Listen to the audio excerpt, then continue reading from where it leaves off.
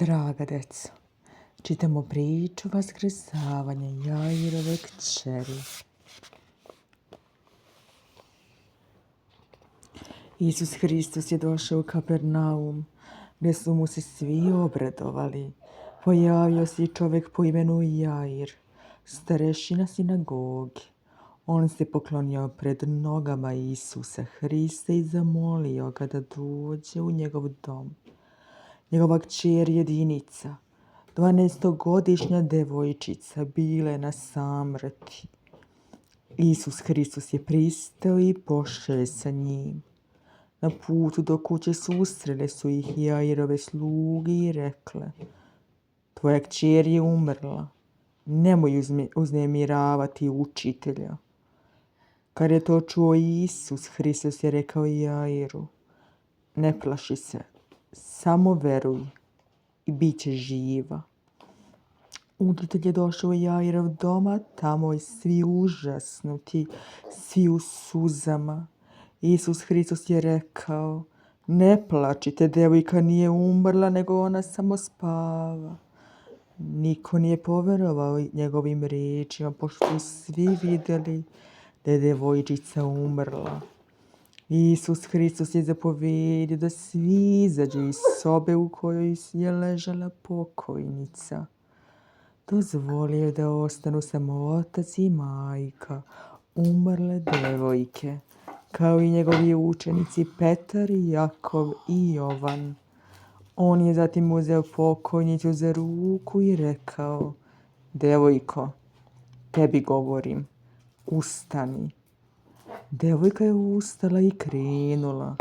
Isus Hristos je zapovjedio da joj donesu da jede.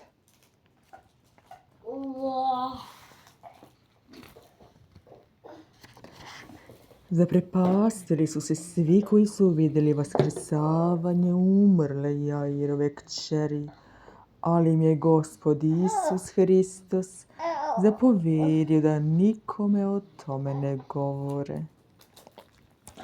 Usekovanje glave Jovana prijeteče. Kada je car Irod oteo od svog brata Filipa njegovu ženu Irodijadu, Jovan Krstitelj ga je razobličavao zbog nepravde. Irodu se to nije dopadalo, a Irodijada je omrznula Jovana. Tada su krstitelja Gospodnjeg bacili u tamnicu zla. Irodijade htjela da ubiju Jovana, ali se Irod plašio da to učini, znajući da je pred njim pravedan i sveti čovjek. Jednom je Irod proslavljao svoj rođendan. Priredio je bogatu gozbu i pozvao najbogatije i najznamenitije goste. U vrijeme gozbe Irodijadina kćer je tako lijepo plesala da je ugodila i Irodu i svim njegovim gostima. Car je tada rekao devojci: traži od mene šta god poželiš, dat ću ti čak i polovinu moga carstva.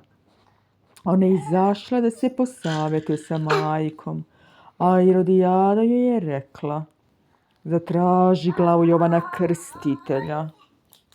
Devojka je odmah otišla kod cara i rekla: hoću da mi na tanjiru donesu glavu Jovana Krstitelja. Car se rastužio, bilo mu je žao Jovana, a plašio se i naroda koji je Jovana poštovao kao proroka.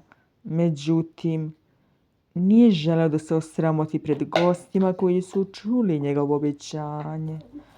Irod je morao da pošalje svog štitonošu da ispuni obećanje. Štitonoš je otišao u tamnicu, odsekao glavu Jovanu i na tanjiru je doneo devojci, a ona ju je dala svojoj majci.